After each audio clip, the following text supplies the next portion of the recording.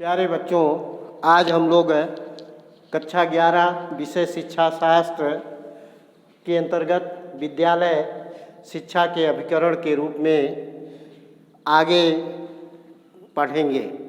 क्योंकि शिक्षा के अभिकरण के रूप में आपको विद्यालय के दोष या कमियां जो है पिछले क्लास में बताया गया था। आज हम लोग जो है विद्यालय को प्रभावशाली अभिकरण बनाने के सुझाव के बारे में अध्ययन करेंगे।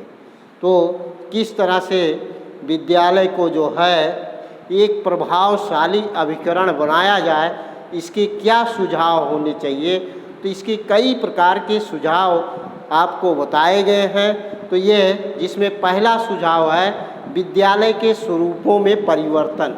पहला सुझाव है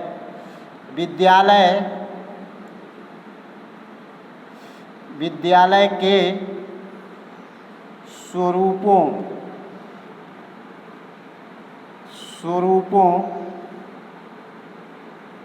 में परिवर्तन। विद्यालय के स्वरूप में परिवर्तन।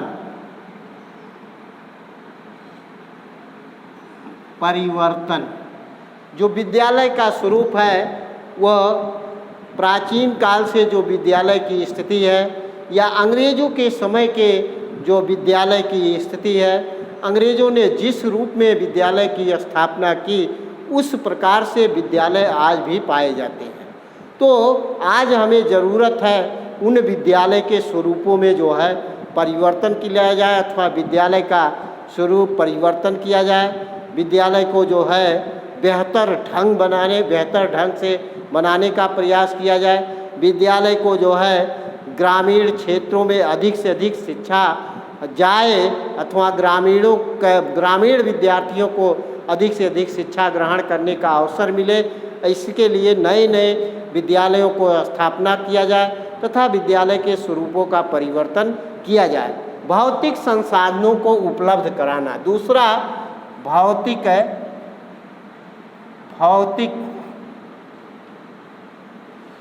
संसाधनों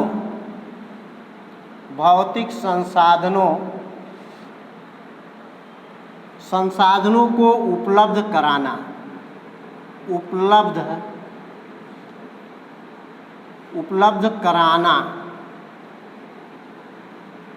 भौतिक संसाधनों को उपलब्ध कराना यानी कि विद्यालय को जो है विद्यालय में भौतिक संसाधन उपलब्ध कराने का आशय विद्यालय के भवन से है, विद्यालय के फर्नीचर से है, विद्यालय में बिजली लाइट की व्यवस्था का, विद्यालय में शौचालय की व्यवस्था का है, विद्यालय के जो है बाउंड्री खेल कूद के मैदान आदि जो है भौतिक स्वरूप में जो है अथवा भौतिक संसाधनों को उपलब्ध कराया जाए तो एक अच्छा विद्यालय बनाया जा सकता है जो शिक्षा के अभिकरण के रूप में बहुत ही उपयोगी होगा। तीसरा शैक्षिक बजट में वृद्धि। शैक्षिक बजट में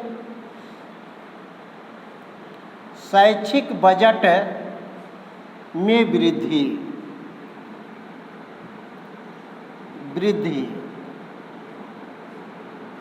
शैक्षिक बजट में वृद्धि। राष्ट्रीय शिक्षा नीति के अंतर्गत राष्ट्रीय स्तर पर भारत सरकार के द्वारा कुल आम बजट का जो है साल में जो आम बजट प्रस्तुत किया जाता है उस बजट का 6% शिक्षा पर खर्च करने का रखा गया था। शिक्षा पर खर्च कि ये राष्ट्रीय शिक्षा नीति 1986 में यह बात की गई थी कि जो शैक्षिक बजट होना चाहिए कम से कम 6% जो है होना चाहिए। लेकिन यह बड़ी चिंता की विषय है, शिक्षा पर आज भी जो है हम 2 से 3% ही बजट खर्च कर रहे हैं। शैक्षिक बजट को बढ़ाने का ये शिक्षा पर जो पैसा अपव्यय करते हैं या जो शिक्षा का जो पैसा खर्च करते हैं वो एक तरह से लागत है, वो इन्वेस्ट है। जो यानी कि शिक्षा पर जितना ज़्यादा इन्वेस्ट करता है वह आगे चल कर के वो उतना ज़्यादा रिजल्ट देता है, वह देश उतना ही ज़्यादा प्रगति करता है।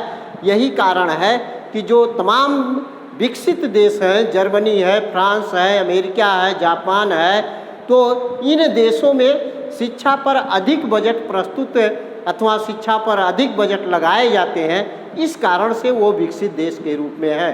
तो ज़रूरत है भारत में भी जो है शैक्षिक बजट बढ़ाने की अथवा शिक्षा पर शैक्षिक बजट की वृद्धि करने पर जो है शिक्षा का वातावरण अथवा विद्यालय एक प्रभावशाली शैक्षिक अभिकरण के रूप में कार्य कर सकता है। अगला, पर्याप्त मात्रा में प्रशिक्षित शिक्षक उपलब्ध कराना।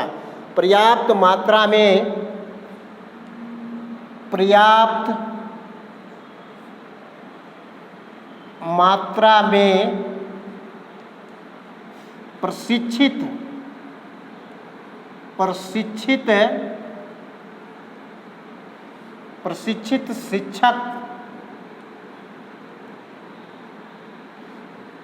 शिक्षक की व्यवस्था करना।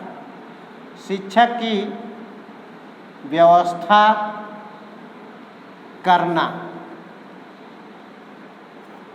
पर्याप्त मात्रा में, यानी कि विद्यालय में आज वर्तमान स्थिति में अगर देखा जाए तो विद्यालय में पर्याप्त शिक्षकों का अभाव है। इसलिए जो है शिक्षा में जो है, यानी कि अगर विद्यालय को एक प्रभावशाली अभिकरण बनाना है तो विद्यालय में पर्याप्त मात्रा में प्रशिक्षित शिक्षकों की व्यवस्था करना होगा।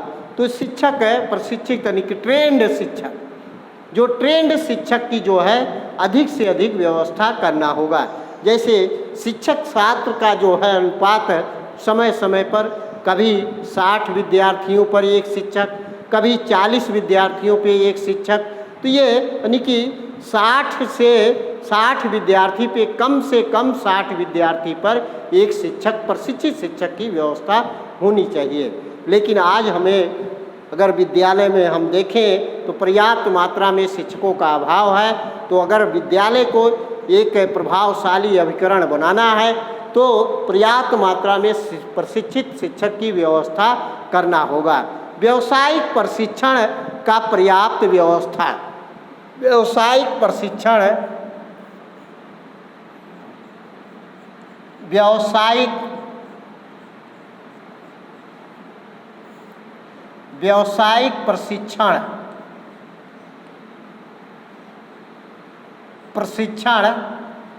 व्यावसायिक प्रशिक्षण की पर्याप्त व्यवस्था करना। पर्याप्त व्यवस्था करना।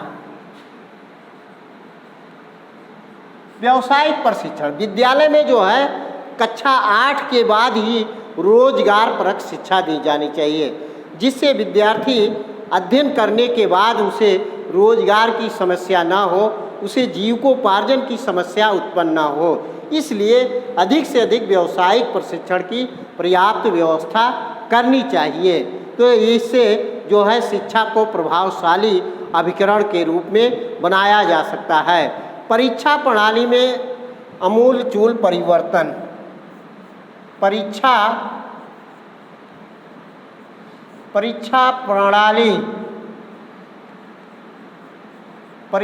प्रणाली में आमूल-चूल परिवर्तन। आमूल-चूल परिवर्तन।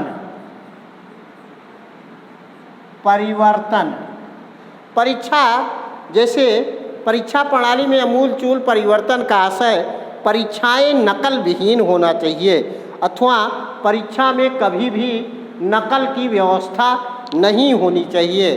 तो यदि शिक्षा को जो है विद्यालय को शिक्षा के अभिकरण के रूप में प्रभावशाली अभिकरण बनाना है तो नकल को रोकना होगा और कि स्वच्छ पारदर्शी परीक्षा प्रणाली लाना होगा।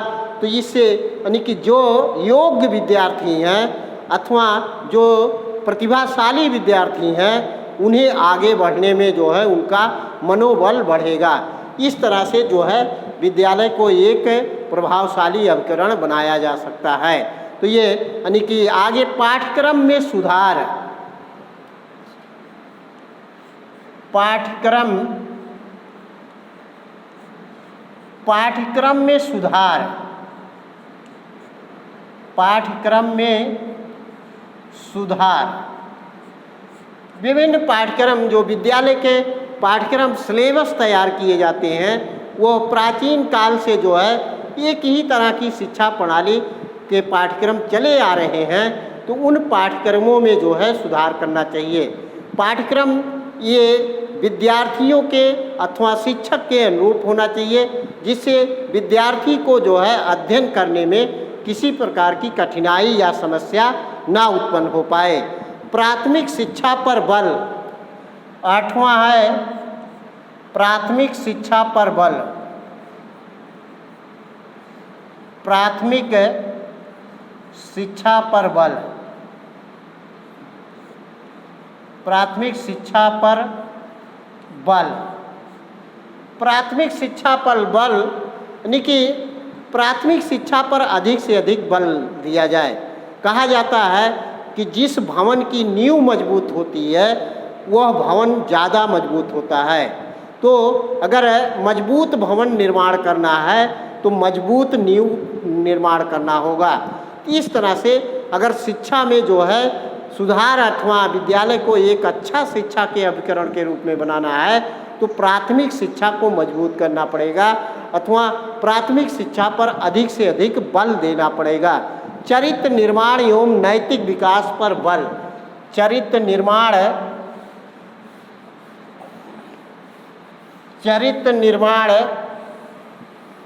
एवं नैतिक विकास पर बल। 9वां चरित्र निर्माण एवं नैतिक विकास पर बल। विकास पर बल।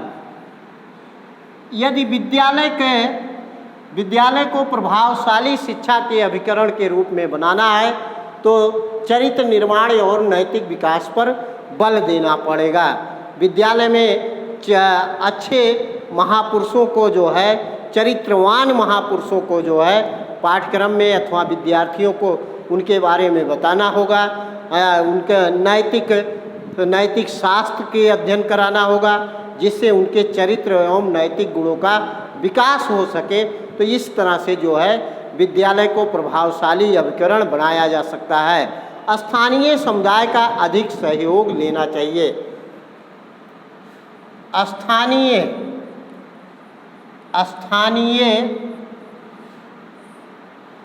समुदाय का सहयोग। स्थानीय समुदाय का सहयोग। स्थानीय समुदाय का सहयोग। स्थानीय समुदाय का सहयोग यानी कि विद्यालय में अधिकांश शिक्षक स्थानीय होते हैं। शिक्षार्थी अथवा विद्यार्थी भी स्थानीय आसपास के ही होते हैं। तो इसलिए वहाँ के आसपास के समुदाय से भी जो है अच्छे संबंध निर्माण करना चाहिए। विद्यालय और समुदाय का एक अच्छा संबंध होना चाहिए। तो इससे जो है विद्यालय को प्रभावशाली अभिकरण बनाया जा सकता है। अगला अवैध आर्थिक आदान प्रदान। अवैध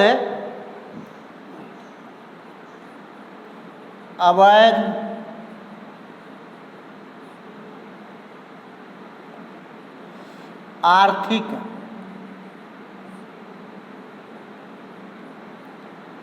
आदान प्रदान। अवैध आर्थिक आदान प्रदान, जो अवैध रूप से आर्थिक आदान प्रदान करने का आशय अवैधानिक आर्थिक आदान प्रदान पर प्रतिबंध लगाया जाए, यानी कि अवैध आर्थिक शोषण ना होने पाए। इस तरह से विद्यालय को प्रभावशाली अभिकरण, शिक्षा का अभिकरण बनाया जा सकता है। तो प्यारे बच्चों, आज इतना ही। विद्यालय शिक्षा के अभिकरण के रूप में यह पाठ समाप्त होता है। अगले दिन समुदाय के बारे में बताया जाएगा। धन्यवाद।